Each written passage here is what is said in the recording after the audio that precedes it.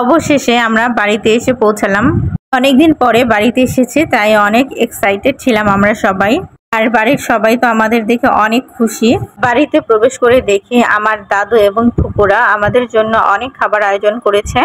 আমরা নাস্তা করে সবাই বাড়ির বাইরে ঘুরতে বের হলাম।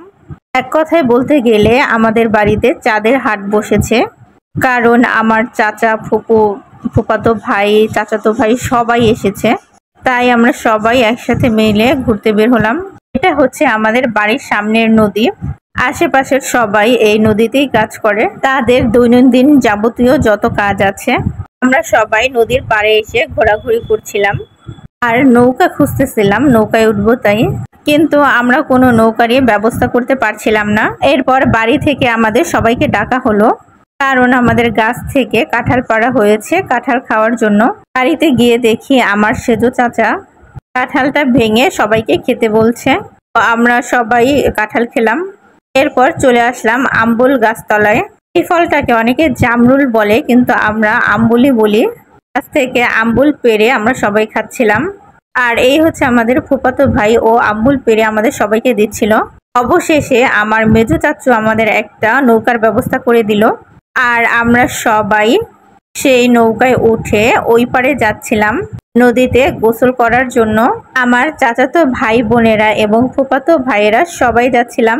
দেখেন আমাদের নদীর পানি কতটা স্বচ্ছ। আমাদের নদীর ওই পারে কিন্তু মিনি কুয়াকাটাও আছে। মিনি কুয়াকাটা সেটা আমাদের নদীর ওই পার থেকে বেশি দূরে নয়। আর আমরা গোসলের জন্য ওই পারেই যাচ্ছি। আমার মেজো চাচু আমাদের সবাইকে নৌকায় তুলে দিচ্ছিল, আর যেহেতু বাচ্চারা আছে সাথে, তাই সবাইকে সাবধান করে দিচ্ছিল। সবাই মিলে ওই পারে যাচ্ছিলাম আর অনেক বেশি মজা করছিলাম।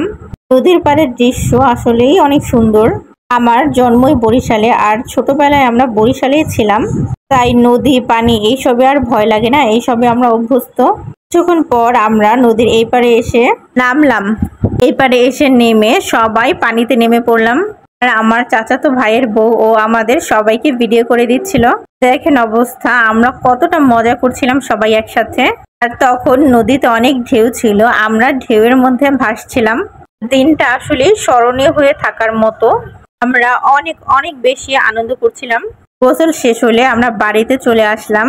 এসে দেখি সবাই খাবার আয়োজন করে ফেলেছে, আর আমরা সবাই খেতে বসে পড়লাম। খাবার মেনুতে ছিল ভাত, পোলাও, মাছ, খাসির মাংস, গরুর মাংস, ডাল, সবজি। সবাই বাড়িতে আসাতে এত আয়োজন সবার জন্য। আমরা সব ভাই বোনেরা এবং আমার ফুপিরা, চাচিরা সবাই একসাথে খেতে বসেছি। আর আমার দাদুর হাতের রান্নার তো কোনো তুলনাই হয় না। সব খাবারই অনেক বেশি মজা হয়েছিল, কিন্তু আমার কাছে সব থেকে বেশি মজা লেগেছে চিংড়ি মাছগুলো। খাওয়া দাওয়া শেষ করে আমরা বিকালে আবার ঘুরতে বের হলাম সবাই চলে গেলাম নদীর পাড়ে। নদীর পাড়ে গিয়ে দেখি আমার এক কাজিনের একটা নৌকা বাঁধা আছে, তো তার নৌকায় সবাই উঠে ঘুরতে চলে গেলাম। নদীর এপার থেকে ওপারে আমি এবং আমার সব কাজিনরা সবাই নৌকায় উঠে বসে পড়লাম এবং নদীর এই পার থেকে ওই পারে ঘুরতে চলে গেলাম। নৌকার মধ্যে আমরা সবাই অনেক এনজয় করছিলাম। আমিও হাত ভিজিয়ে পানি ধরার চেষ্টা করছিলাম। নৌকায় অনেক সময় ঘোরার পর আমাদের আবার পাড়ে নামিয়ে দিয়ে গেল। আর প্রথমে শুধু আমাদের মেয়েদেরকে তুলেছিল, ছেলেদেরকে তোলেনি। এরপর আমার সব ভাইদেরকে তুললো, আমাদেরকে পাড়ে নামিয়ে দিল। পাড়ে নেমে আমরা আমাদের এখানে একটা ইট খোলা আছে, সেখানে ঘুরতে চলে গেলাম। আর সেখানে গিয়ে আমরা অনেক ছবি এবং ভিডিও তুলে নিচ্ছিলাম, আপনাদের সাথে শেয়ার করব। তাই বিকালে নদীতে কত ঢেউ, এই ঢেউটা কত সুন্দর লাগছে দেখুন। আজকের দিনটা অনেক আনন্দেই